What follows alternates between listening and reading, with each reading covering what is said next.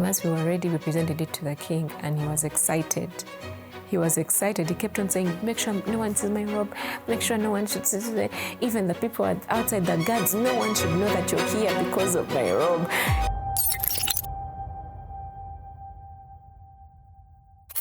That was a very interesting order. It came in through a very unexpected channel. I remember one of those evenings, I think about 8 p.m., I'm closing shop, and a friend of mine calls me. An old friend of mine, here by Ziwa Kennedy, very playful person. So he calls me and tells me, Lillian, hi. I'm like, I'm good. So I think he's calling me about his usual stuff. You know, Ziwa is very interesting. He has these little cats and dogs, cats especially, that he gives Chiganda names. He had a one Ziwa. So I thought he was calling me to make an outfit for his cat. He would make sure Naziwa is dressed nice. The nice outfit. Yeah, in a nice outfit. So I would do the little shirts that we would button at the bottom for Naziwa. Things we see on TikTok. Yeah. So I thought Ziwa was calling me about, you know, one of those wardrobe changes for the cat. And now he tells me, oh, Lillian, I'm going to give you, someone is asking for someone that can do something really unique, creative. So I'm like, okay. I'm like, what do they want? So he's like, I think it's a royal wedding. I can't confirm, but I think it's a royal wedding. So in my head, I'm like, royal wedding? Who is not yet married? I look around, I'm like, maybe the Toro king. I'm like, but Toro? I'm like, anyway, I don't know. So he's like, should I give the lady your number? I tell him, okay. So he tells me, the lady will call you either tonight or tomorrow morning. I tell him, okay. So we go off phone, I close shop. And as I'm walking, you know, I've closed and then we're going, the person calls me. And then she tells me, Lillian, hi, someone gave me your number. I want you to do something for us. So I ask her, what is it exactly? She's like, I can't really disclose, but I will let you know if we can have a physical meeting. So I tell her, why don't you give me like a heads up so that I prepare for the physical meeting? Anyway, she tells me, I'll call you tomorrow. I say, okay. Next day, she calls me and tells me, Lillian, I need a robe, a blue robe, a royal blue robe. So I'm like, okay. So I'm thinking I'm going to do a royal blue robe. So she tells me, a royal blue robe, like the one kings wear. You see, like the king of Buganda and the Toro king. So I don't know why I sort of thought she was a Toro king. So she's like, so I'm like, okay. So now I start to research about robes. Why do we have the robes? What's the origin? What do they mean? The robes that these kings wear, the symbolism of them, like what's on there, like the totems, like do they have anything that means anything, emblems and all that. So anyway, after getting to know about a bit of research about the robes, then now I know that I'm ready to meet the lady that actually contacted me. So she schedules an appointment and then I'm supposed to see her. I thought I was only seeing her. So she tells me, oh, meanwhile, Lillian, something came up. I think you're actually going to see the king. I'm like, the king? Which one? She's like, someone will come and pick you. I tell her, I'm driving. I can drive there. She's like, no. Someone will pick you. So I'm like, okay. So I tell her, so where should they find me? She asked me where you're coming from. I tell her Luzira. She's like, fine. Get to Kabalagala, park at, there's a KFC around the Shell, and stay right there. When the person comes, I've given them your number, they will call you. So I say, okay, I wonder which king this one is. Now, when the driver comes, he calls, and then I look at the car, I'm like, okay. So I'm like, I'm going alone. So the driver tells me, are you alone? I'm like, no, I'm with my brother. He tells me, well, I've been told to take only you, one person. I'm like, okay. So we go in there, I get into the car, and we drive to the king's place. So when we get there, I still do not know which king, but I am in someone's residence. And then finally, the person comes out, the king comes out like after 5 minutes. Hello, you're welcome. very kind, very hospitable person. So I'm like, oh, it's the king of Busoga. I was like, wow, he's getting married. Is he getting married? Is it... To be honest, I did not know whether it was for a marriage or, because things are not confirmed. So I was thinking maybe, and then also the way he spoke, it was like the robe was for just one of his coronation, ceremony. So anyway, we talk about the robes, and I tell them about what I know about robes, and then they also tell me what they think they want for the robe.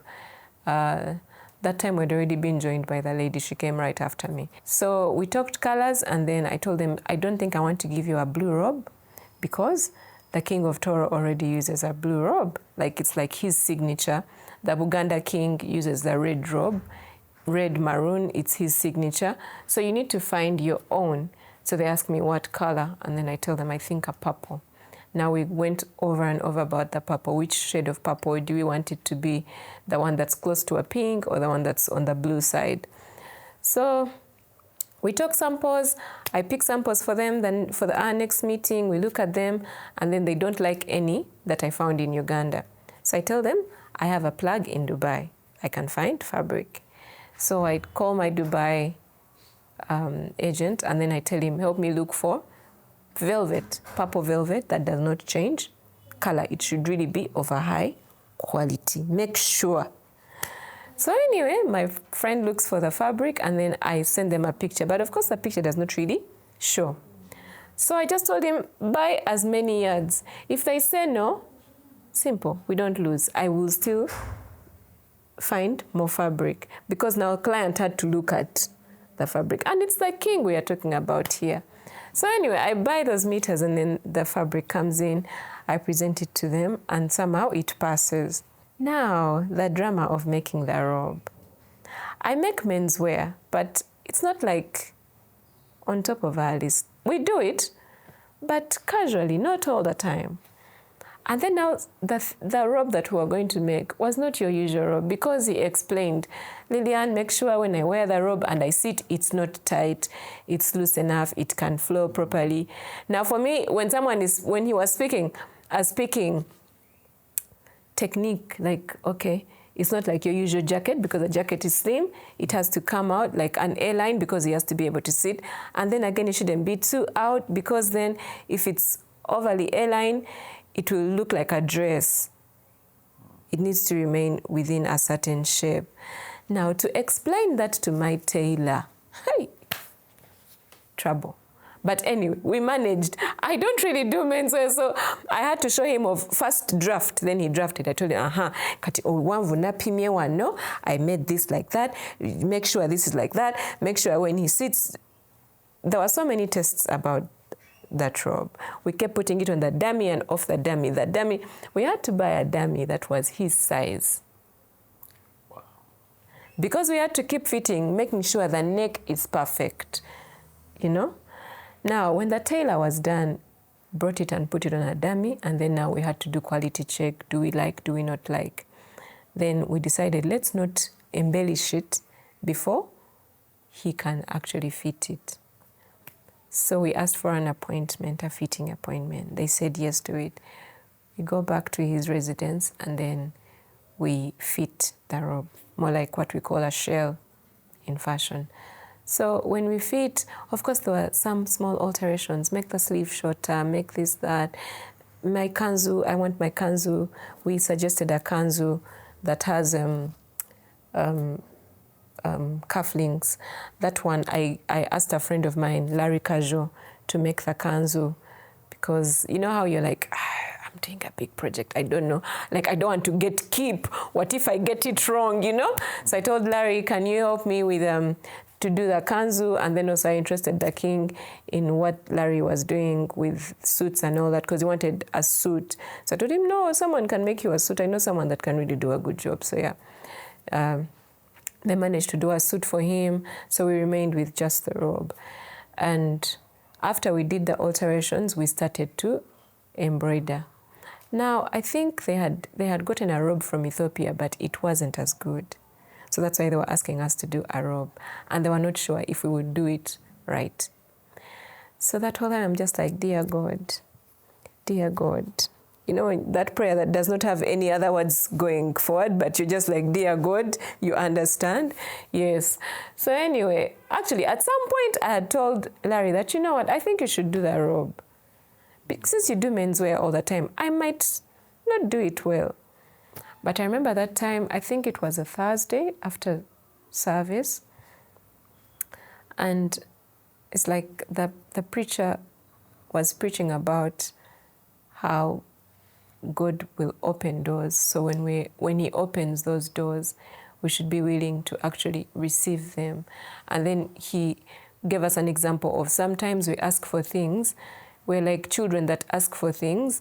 And then when we ask for them and our parents bring them, we, you know, like we shut the door when they're actually handing over the gifts to us. So for me in that period, it almost seemed like God had given me something and I was rejecting it. I was like, I'm not ready.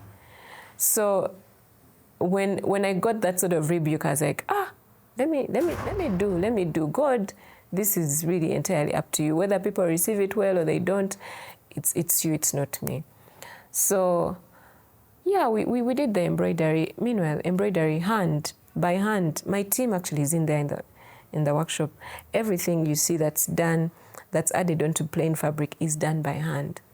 So yeah, the team did the embroidery. And once we were ready, we presented it to the king and he was excited. He was excited. He kept on saying, make sure no one sees my robe. Make sure no one should see it. Even the people outside, the guards, no one should know that you're here because of my robe. He was really keeping it as a secret. And that's when I noticed that he really cherished what we had done for him. So yeah. And then I did not know that you cannot dress the king. You know that?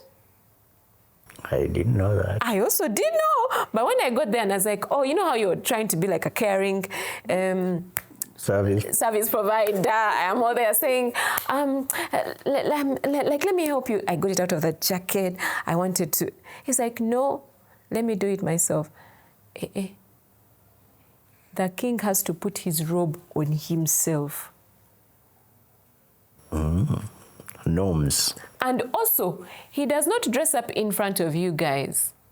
You know, like how I can give you a jacket and I just give it to you and you put it on? He doesn't do that. He got the robe, went upstairs, and then came back dressed. I was like, no. I wanted to say, I'm sorry. I'm really sorry. Yeah, but I did not know that. So for all the times we were having the fittings, he would pick his robe, go upstairs, and then put it. I'm like, okay, all right. Yeah. But that was a very interesting order. And then also I got to know that he's a very knowledgeable person. He knows, oh my goodness, I did not know that he knows almost all his subjects in Busoga. You could just tell him a name. Not just Busoga. The person I was working with, the person that was representing Larry for that period when we were working, because Larry was doing the kanzu and his suit, he knew where he would, like, he's like their home. Like you just tell him that my name is Edgar Batte, and then you'd say, oh, the Battes who come from this. I'd be like, man, guy, do you move in the spirit and just know where everyone else lives? Yeah, but that's who he was. He knew who my parents were. He knew who my grandparents were. He knew everything. What? Yeah, he does. He said he knows all his subjects. And guess what? When I told him, you know, it's difficult for me to tell someone my name and they know where I come from. But when I told him my name is Kyabachi, he's like, oh, Olimusoga, okay. But Kyabachi from Namalemba. I was like, So yeah, so the King's project was such an interesting one. And then we did not know the exact dates. They kept them a secret. But we just kept doing fittings. Even when we finished, they just kept saying, they would just call, can we fit the clothes again in 2 weeks? We'd be like, okay. So we'd make time and then you'd go fit. Then close to the wedding, they still called, can we just do one last fitting? So we did one last fitting, yeah. So we also did not know when the wedding was going to happen and how it was going to happen. Were you invited for the wedding? No, we were not officially invited. We were service providers. But we were happy to serve in that area. Yeah, I was really happy to be part of that project. Yeah, and also for it to have come out beautifully. But you should know the pressure I had. Because, you know, when we did the King's Cup, it's a bit heavy, meanwhile. That's why they remove it and then put it on a side table somewhere. The whole time he was working, I was like, oh my God. Oh my God. Because the cup was heavy. And yet he has to wear it. And he had lost some more weight. So the cup was coming, because before it was fitting properly, now it was coming all the way, like the weight was pushing it down all the way to his ears. Okay, I don't know if people noticed, but I was noticing. And I was like, that's not how it was in the fitting. Well, I hope he manages, because I knew how heavy it was. It was maybe about 2 kgs. So someone is carrying 2 kgs on their head. Yeah, but ceremonial, you must wear it.